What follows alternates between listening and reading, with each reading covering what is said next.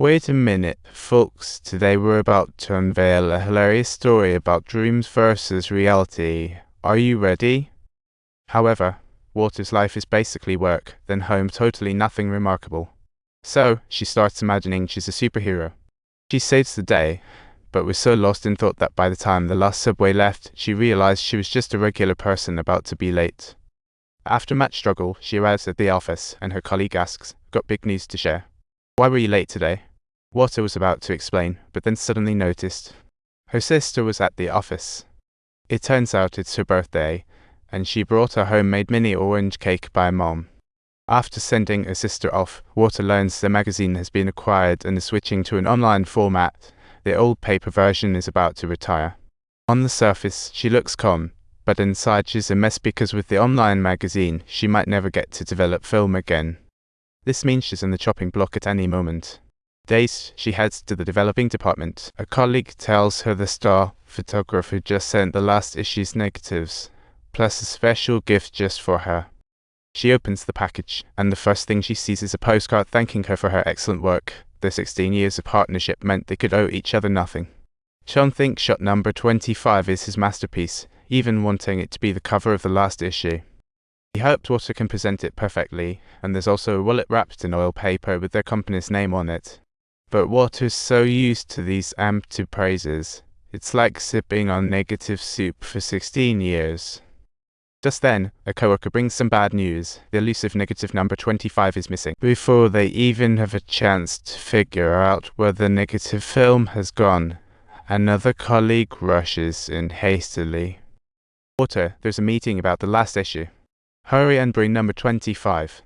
Water feels dizzy and urgently tells the colleague to keep the missing secret.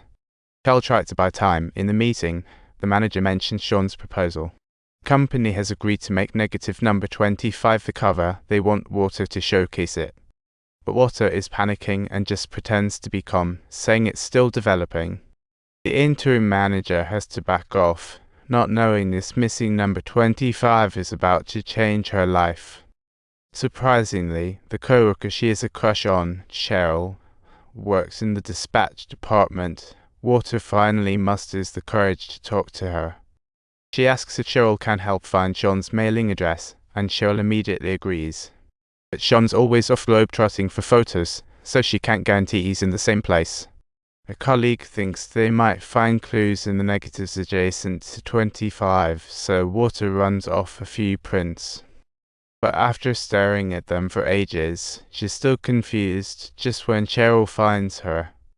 Cheryl says the negatives are all sent via International Express, so they can't pinpoint his exact location. But she remembers Sean redeemed a check this morning, and Water certainly won't turn down such help.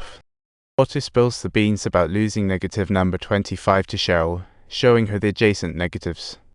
The first photo is a stranger's thumb, and Water's sure it's not Sean's hand. The second one is just a body of water. But this one has no landmarks. The third is even more ridiculous, totally indecipherable. Faced with these weird pics, Cheryl gives up and turns to the finance department. Just then, Water's phone rings. It's her sister again. She brings Water's all-time favorite toy, the Tanlai Superman. They play happily. Upon her return, a colleague spots text on an enlarged photo. Water quickly asks if it's the name of some ship. She rushes to verify and tells the colleague to go back and look for other clues. Just then, the interim manager walks into the elevator and spots Water, asking for negative number 25. Water tries to brush him off, but the manager gets annoyed, saying she ought to focus on work, not play with toys all day. The manager even attempts to snatch away her Tanlai Superman, and Water instinctively fights back. They engage in a fierce battle in the elevator, finally bursting out of the building, turning the street into a superhero showdown. Subtitles: Water's daydream strikes once again, vividly imagining giving the manager an ultimate beatdown. The manager's pressure makes her feel overwhelmed, but Water's daydreams give him a chuckle. Before leaving, he reminds her to keep the film issue in mind. Water seeks out Cheryl.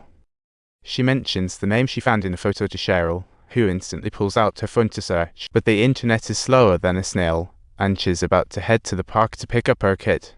She invites Water to join, and the two walk side by side for the first time, their chemistry growing. Water notices Cheryl's quite outgoing, with her taking the lead in the conversation. Cheryl has been raising her son alone post-divorce, worrying about the possibility of layoffs. The more she hears, the more uneasy she feels. She really hopes everything will be alright. By the way, don't forget to subscribe.